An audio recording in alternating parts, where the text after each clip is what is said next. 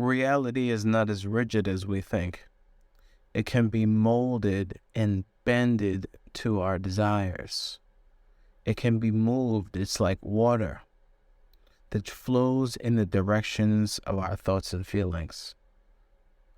This is truly the power that is within all of us.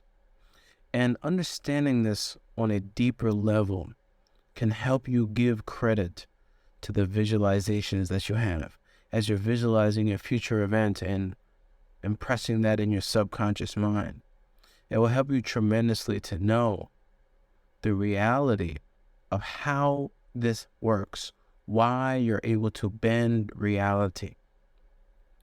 But first, it's important to understand a concept here about physical reality as we know it.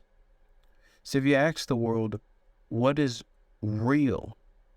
Well, the world would say, what's real is whatever I can perceive through my five senses.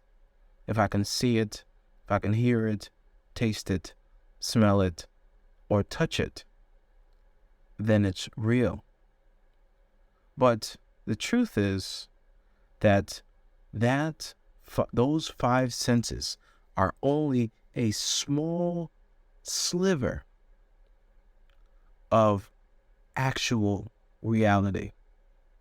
And the true reality is dimensionally larger than we can ever possibly imagine. Consider this thought for a second. As you look around the place where you are right now, whether that be your room, your car, look around and there is nothing you see that has not been imagined first. Everything around us, before it became physical, it was invisible in somebody's imagination. It dwelled within before it came without into something that we physically see. So when you realize that physical reality, the reality we perceive through our five senses, is only a reflection, it's only a shadow of the dimensionally larger world which is within, it is then you give credit, more credit, to what you're actually visualizing within you. We can bend reality because what we consider reality is physical reality. Physical reality is like shifting sands. It is forever changing. And these shifting sands of reality is swayed by the wind of your consciousness. It is your consciousness that changes reality. It is through your consciousness that bends reality. But don't just take my word for it. Try this in your own life and let your own proof be the evidence that this is so. Here's a simple technique. Pick a desire that you have, something that you wish to see accomplished, something that you wish to become. And just as you're drifting off to sleep, this is a Neville Goddard technique. You might want to look him up actually. Just as you're drifting off to sleep, the first thing I want you to do is assume it is already done. It is already finished. It has already happened. After you've assumed that it has already happened and it is already done, I want you to go through all the reasons why this goal was important for you. What did this goal mean to you? And now that you have it, what does it mean for the larger picture of your life?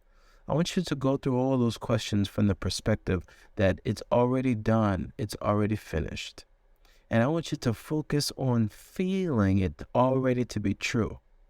Using your imagination and the five senses that you have within your imaginations to see, feel, hear, touch, taste, and smell the reality of that. Don't go to sleep until you really feel the truth that it is yours. Feel it to be true. Feel it to be done. And when that state is reached, go sound off into sleep. Now, the reason why this technique is extremely powerful is because the subconscious mind goes through, without the subconscious mind, your mind as a whole goes through many different phases. In the waking state, you're in beta, which is your logical thinking mind. And the more that you relax, your brain waves slow down, going from beta into alpha. Alpha is slightly awake, but relaxed, listening and learning. Whenever you're listening to somebody, you're in beta. And when they say something that's new to you that you want to learn, you slow down. Maybe you put your fingers over your mouth and you think. That moment when you're thinking, your brain goes into a lower level of alpha to download that information. As you relax even more, your mind goes from alpha into theta. Theta is a state akin to sleep. We call this SATS, S-A-T-S, a state akin to sleep. This is the moment bordering just before you go to sleep. And as you go to sleep, when you are fully asleep, your brain is in what we call delta. Now, the thing to know is just as your mind is going deeper and deeper and deeper into these states, your subconscious mind is becoming more impressionable. It becomes more present. This is why in deep sleep, all you're doing is dreaming. That's just subconscious mind activity. And when you're in beta, the subconscious mind isn't as active.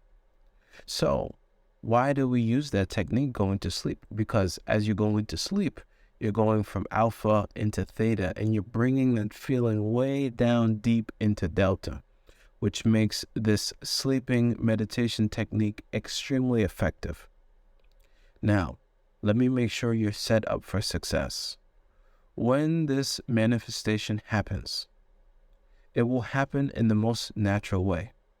It will happen in a way where when you think about it, it will just seem like a coincidence. When you catch yourself thinking that this was just a coincidence, when you catch yourself feeling that it was just a coincidence, I want you to remember my words. It was not a coincidence. You bent reality. And because you did that, it showed up in a way that was the most natural way. Now, the real reason why it seems natural is because everything is manifested from within. So it seems natural to you because this is how you experience everything that you manifest already, but unconsciously. And now you have just seen that you have consciously manifested something. And then it came in the most natural way. Let that be my warning to you, that you don't let your mind believe it was just a coincidence. There are no coincidences. With that being said, leave a comment down below. If you use this technique tonight, you should use it at least for the next 3 nights. I'll see you tomorrow and have an incredible day. Bye-bye.